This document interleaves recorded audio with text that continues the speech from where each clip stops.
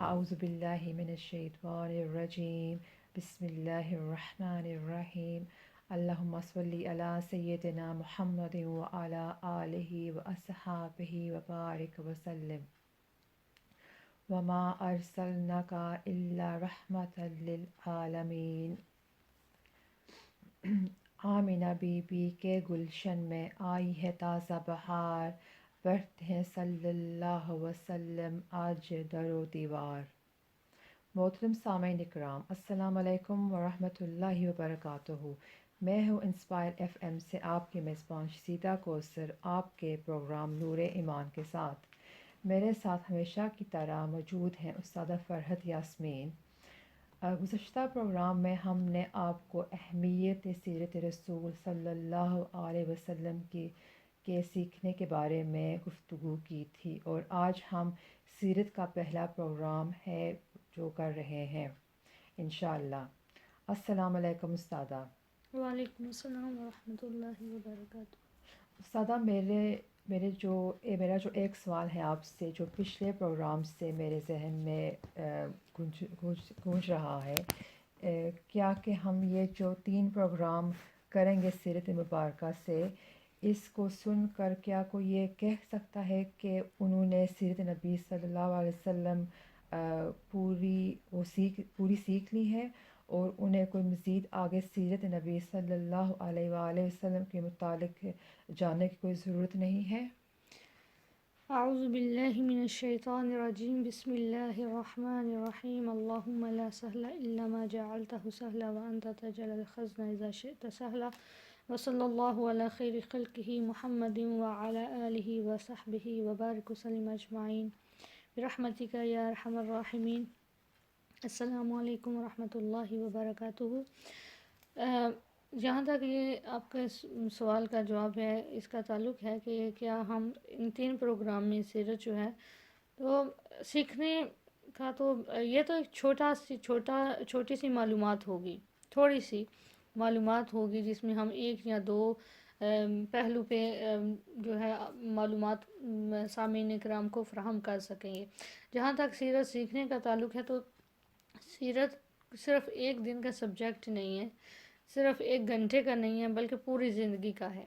تو نبی کریم صلی اللہ علیہ وآلہ وسلم کی شب و روز کے متعلق ہے، اور ہمیں ان جیسے شب و روز اپنے بھی بنانے ہیں۔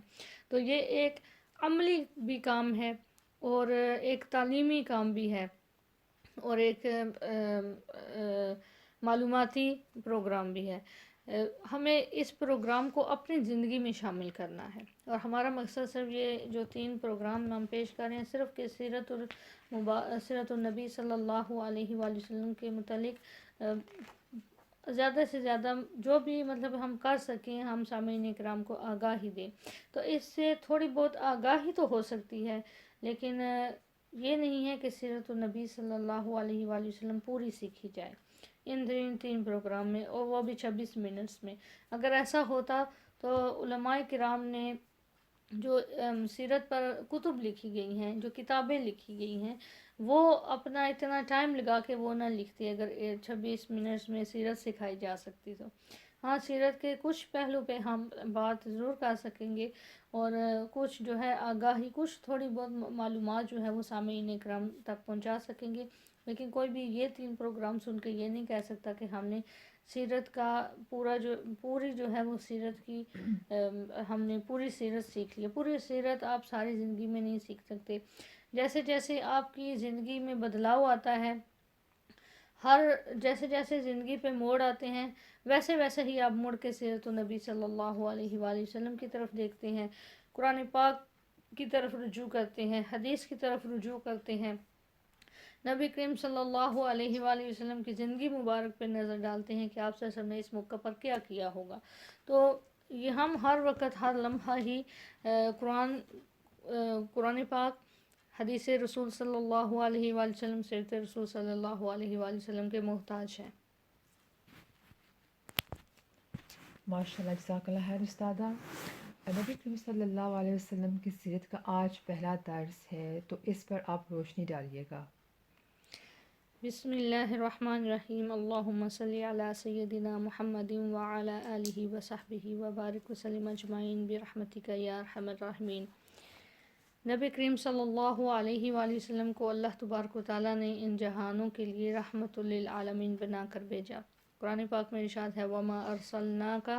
إِلَّا رَحْمَةً لِلْعَالَمِينَ، ہم نے آپ کو نہیں بھیجا بلکہ بنا کر رحمت للعالمین یعنی دونوں جہانوں کے لیے رحمت۔ تو نبی کریم صلی اللہ علیہ وآلہ وسلم سے بڑی رحمت جو ہے اللہ تبارک و تعالیٰ کی، وہ بے شمار انسان پر رحمتیں ہیں، اور یہ سب سے بڑی رحمت ہے جو اللہ تبارک و تعالیٰ نے مسلمانوں پر کی ہے، اس دنیا پر کی ہے، صرف مسلمانوں کے لیے نہیں بلکہ للعالمین میں سب آتے ہیں، پرند بھی چرند بھی سب آتے ہیں۔ تو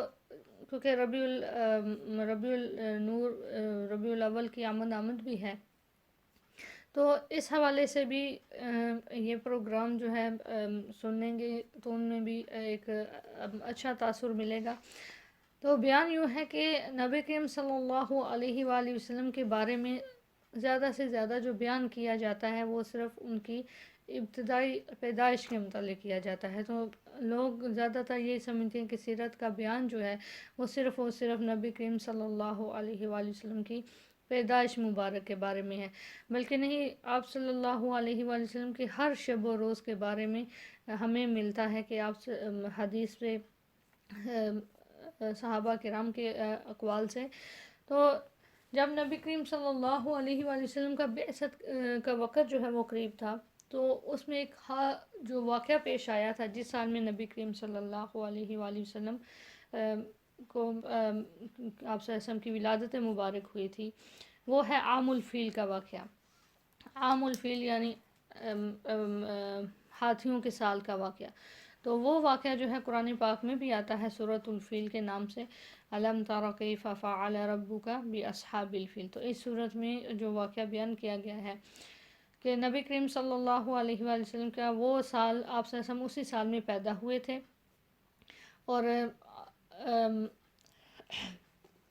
یہ واقعہ کچھ یوں ہے کہ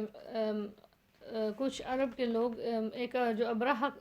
تھا، حبشی تھا اور یمن کا وہ بادشاہ تھا، اس نے اپنا ایک کلیسا بنایا، اور اس نے وہاں پر لوگوں سے کہا کہ یہاں اس کا آ کے حج کرو، اور پھر عرب کا ایک بنو کنانہ کا بندہ تھا، اور اس نے جا کے وہاں پر گندگی کی، اور پھر اس کا بدلہ لینے کے لیے وہ وہاں سے چلا، اور اس نے کہا کہ میں کعبہ، اس نیت سے کہ میں کعبہ کو ڈا دوں گا۔ تو اب جب وہ کعبہ کے قریب پہنچایا تو اس وقت جو نبی کریم صلی اللہ علیہ وسلم کے دادا تھے عبد المطلب،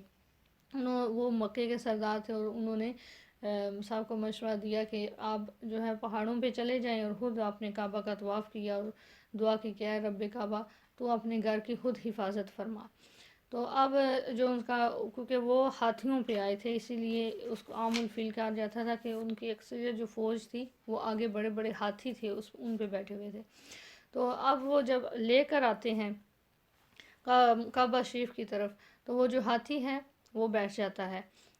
اور جب اس کو اٹھاتے ہیں دوسری سمت لاتے ہیں تو وہ چل پڑتا ہے۔ تو پھر اسی اسنا میں اللہ تبارک و تعالیٰ نے ابابیل جو چھوٹے چھوٹے پرندے ہیں ان کو بھیجا، ان کے منہوں میں پتھر تھے، اور وہ جب اوپر سے پتھر پھینکتے تھے تو وہ سر پہ پڑتے تھے، اور وہ جلس جاتا تھا نیچے تک، جو آدمی تھا اور گھوڑا تھا، تو ایسے وہ ہو گئے جیسے بھوسا پڑا ہوا ہوتا ہے، جیسے کسی چیز کا بعد میں جو بھوسا بچتا ہے ایسے ہو گئے۔ تو یہ جو ہے قرآن پاک سے یہ ثابت ہے، اور اس سال نبی کریم صلی اللہ علیہ وآلہ وسلم کی ولادت مبارک ہوئی تھی۔ جب نبی کریم صلی اللہ علیہ وآلہ وسلم کی ولادت مبارک ہوئی تو سیدہ آمینہ رضی اللہ تعالیٰ عنہ، یہ حدیث میں آتا ہے کہ ان کا فرمان ہے کہ آپ کی جو والدہ تھی کہ اس وقت انہوں نے نور دیکھا تھا، کہ ان کے الفاظ کچھ یوں آتے ہیں حدیث میں فخارج منی نوراً، کہ میں نے دیکھا کہ میرے اندر سے ایک نور نکلا ہے، کہ جس کی روشنی میں میں نے یمن اور محلات کے شام دیکھے، محلات یمن اور شام دیکھے۔ تو نبی کریم صلی اللہ علیہ وآلہ وسلم کی پیدائش مبارک ہوئی، آپ صلی اللہ علیہ وآلہ وسلم کو جو سب سے پہلے رضاعت کا دودھ پلایا گیا وہ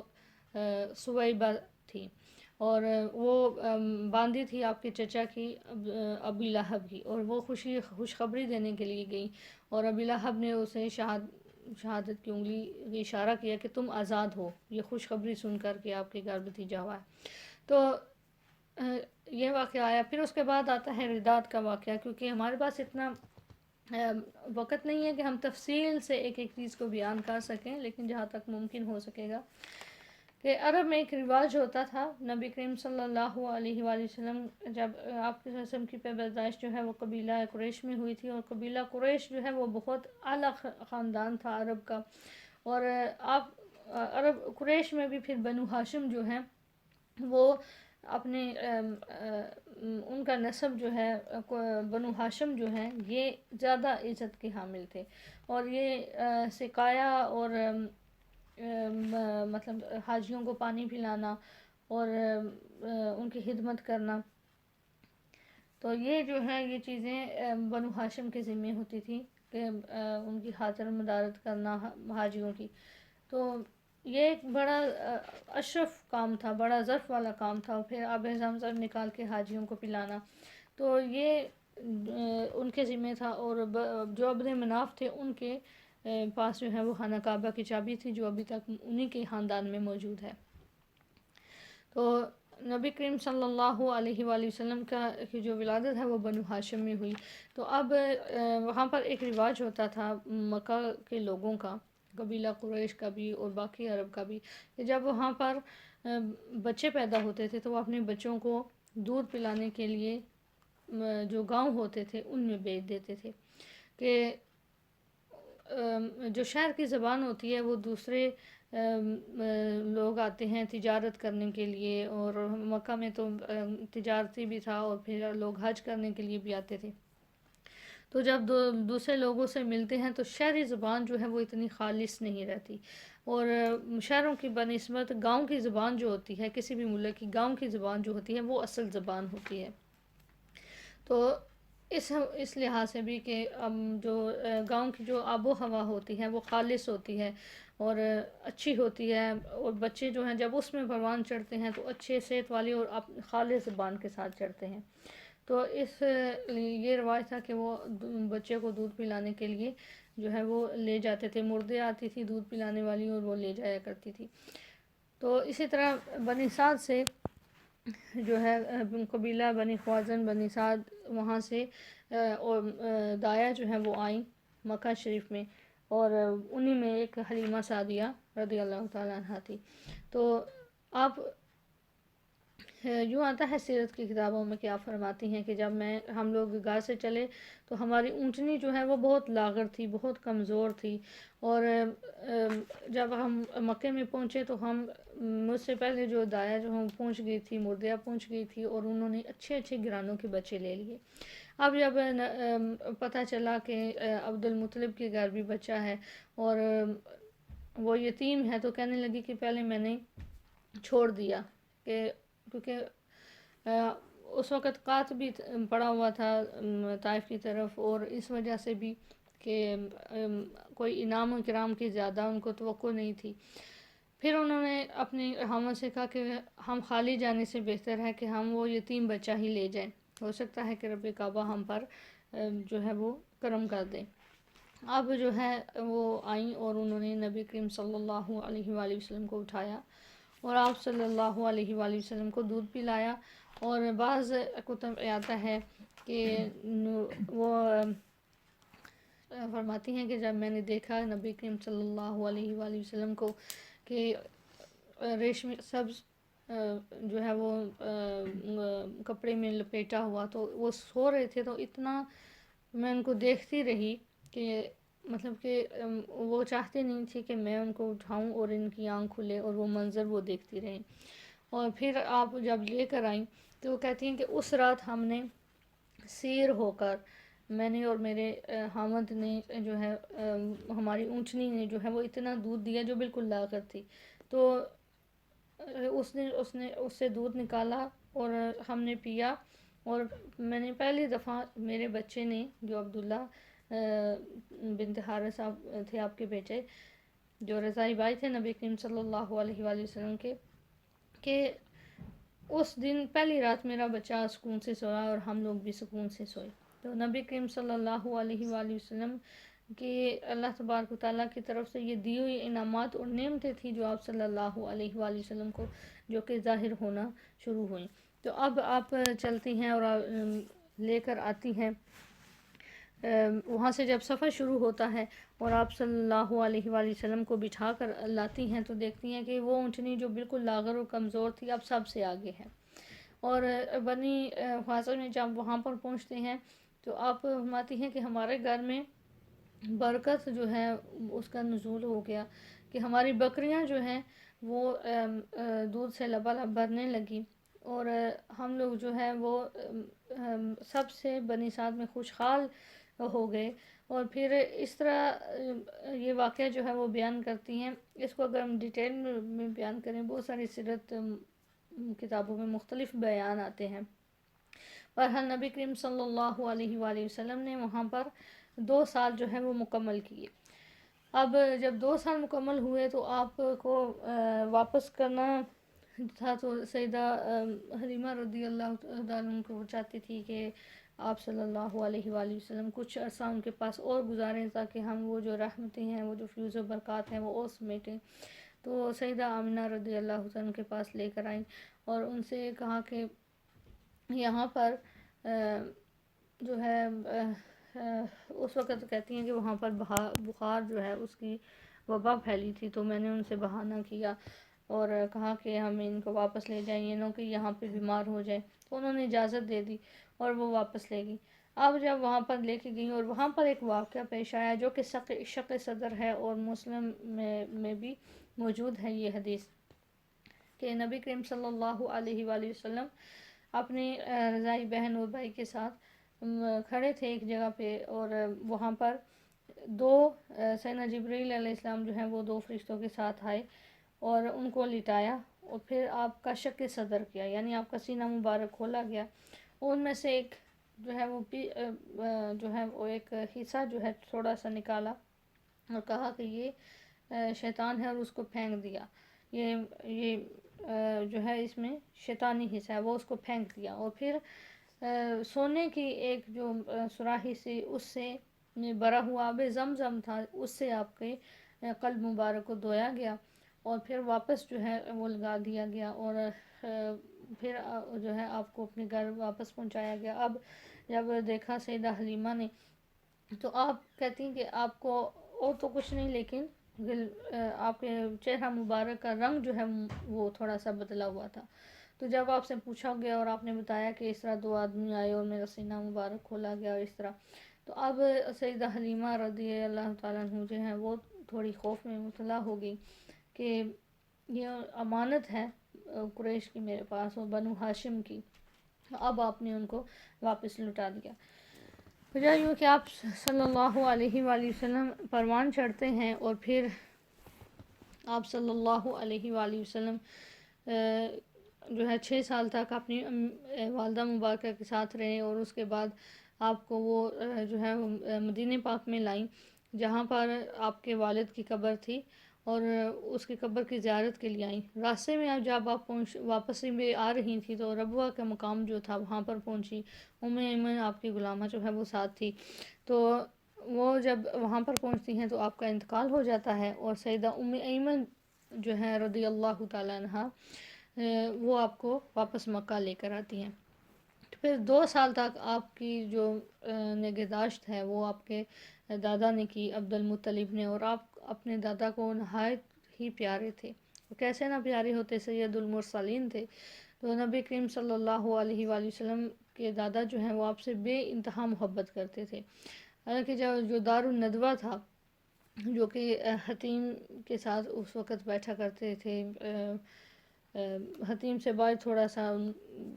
کی سائڈ پہ کر کے انہوں نے اپنی ایک بیٹھنے کی جگہ بنائی ہوئی تھی جہاں پر سردار بیٹھا کرتے تھے، تو وہاں پر جو ہے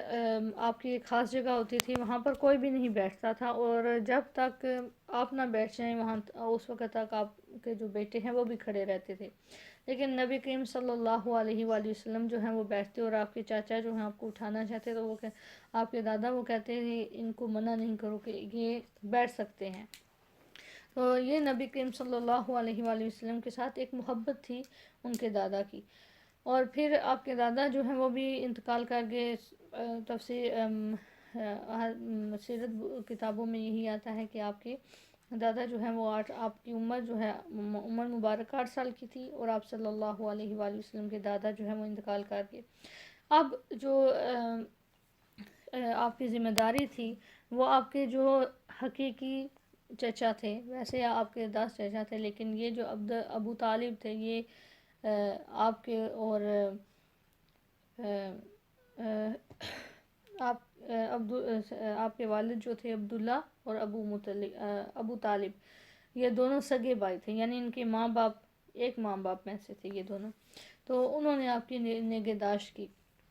تو سیرت کتابوں میں آتا ہے کہ ابو طالب کہتے ہیں کہ جب تک میرا بیٹا محمد صلی اللہ علیہ وسلم دسترخوان پر نہیں بیٹھتے تھے اس وقت تک اس دن میرے بچے جو ہیں وہ پیٹ بھر کے کھانا نہیں کھاتے تھے، اور جس دن محمد صلی اللہ علیہ وسلم دسترخوان پر موجود ہوتے تھے تو سب پیٹ بھر کر کھانا کھاتے تھے۔ اور ان کی جو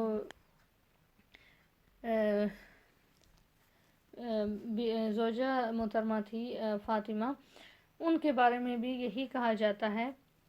نبی کریم صلی اللہ علیہ وآلہ وسلم جو ہیں وہ فرماتے ہیں کہ یہ میری امی ہے، میری ماں ہے میری ماں کے بعد، یعنی انہوں نے میرا ماں کی طرح خیال رکھا۔ تو پھر جو سیدہ ام ایمن ہیں ان کے بارے میں بھی حدیث میں آتا ہے کہ نبی کریم صلی اللہ علیہ وسلم فرماتے ہیں کہ یہ بھی میری ماں ہے میری ماں کے بعد، کہ آپ کی اس وقت یہ ان کا نام برکہ تھا، اور یہ حبشہ سے تھی، اور یہ اس وقت غلام تھی، تو آپ صلی اللہ علیہ وآلہ وسلم نے یہ باندھی تھی، تو آپ کے والد کی جو آپ کے حصے میں بعد میں آئیں، اور پھر آپ کی انہوں نے نگہداشت کی، پھر بعد میں آپ نے ان کو آزاد کر دیا اور ان کی شادی جو ہے وہ کی۔ تو اس طرح سے نبی کریم صلی اللہ علیہ وآلہ وسلم کا جو ہے وہ پروان چڑھنا شروع ہوئے۔ آپ صلی اللہ علیہ وسلم دوسرے بچوں سے مختلف تھے، کھیل کود میں زیادہ نہیں رہتے تھے، بلکہ آپ صلی اللہ علیہ وآلہ وسلم اس کوشش میں رہتے تھے کہ آپ کس طرح سے اپنے چچا کا بوجھ جو ہے وہ کم کر دے۔ تو آپ نے جو ہے اہل مکہ کی بکریاں چرانی شروع کی۔ تو آپ صلی اللہ علیہ وآلہ وسلم جو ہے وہ بکریوں کو لے جاتے اور بکریوں کو چرایا کرتے تھے۔ پھر جب آپ صلی اللہ علیہ وآلہ وسلم 14 سال کے تھے، اسی طرح سفر ہوا، ابو طالب جو ہیں وہ تجارت کی غرض سے جا رہے تھے، تو آپ صلی اللہ علیہ وآلہ وسلم نے ان کے ساتھ جو ہے وہ فرمایا کہ میں بھی آپ کے ساتھ جاؤں گا، تو آپ صلی اللہ علیہ وآلہ وسلم کو وہ ساتھ لے کے گئے۔ جب آپ بصرہ کے مقام پر پہنچے، وہاں ایک راہب تھا جس نے کچھ نشانیاں دیکھی کہ یہ نبی آخر الزماں ہے، کیونکہ اس نے تورات و انجیل میں پڑھ رکھا تھا۔ تو اب وہ یہ بھی دیکھ رہا تھا کہ آپ صلی اللہ علیہ وآلہ وسلم جس طرف ہیں وہاں پر دھوپ تھی، اور باقی سب لوگ سائے میں بیٹھ کے، اور آپ صلی اللہ علیہ وسلم دھوپ میں رہے، اور جو درخت تھا اس نے اپنی ٹہنیاں جو ہیں آپ صلی اللہ علیہ وآلہ وسلم کے اوپر کی طرف موڑ دیں کہ آپ صلی اللہ علیہ وسلم کو سایہ کیا جائے۔ تو وہ سمجھ گیا کہ یہ کسی نبی کی علامات ہیں، تو پھر اس نے دعوت کی، اور پھر آپ صلی اللہ علیہ وآلہ وسلم سے عرض کی کہ آپ اپنا جو ہے وہ کمر سے مجھے کچھ دکھائیں۔ تو اس نے وہاں پر ختم نبوت بھی کا جو ہے وہ لگی ہوئی دیکھی، تو پھر اس نے ابو طالب کو فرمایا کہ آپ یہاں سے جو ہے وہ آپ مکہ واپس چلے جائیں کہ آگے یہود ہیں وہ ان کو قتل کر دیں گے۔ تو اب پھر آپ صلی اللہ علیہ وآلہ وسلم کیا آتا ہے کہ بعض میں آتا ہے کہ آپ کے چچا نے آپ کو واپس بھیج دیا اور سفر جاری رکھا، بعض میں آتا ہے کہ آپ صلی اللہ علیہ وآلہ وسلم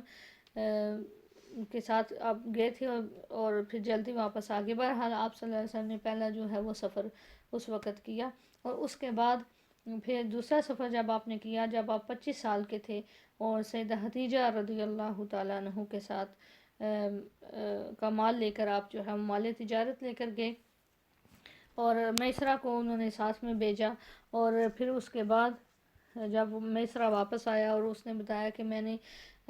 یہ دیکھا ہے اور یہ دیکھا ہے اور یہ دیکھا ہے نشانیاں، تو پھر سیدہ خدیجہ رضی اللہ تعالیٰ عنہا نے اپنی ایک سہیلی کے تھرو آپ کو پیغام بھیجا شادی کا، اور پھر آپ صلی اللہ علیہ وآلہ وسلم نے ابو طالب کے مشورے کے ساتھ جو ہے وہ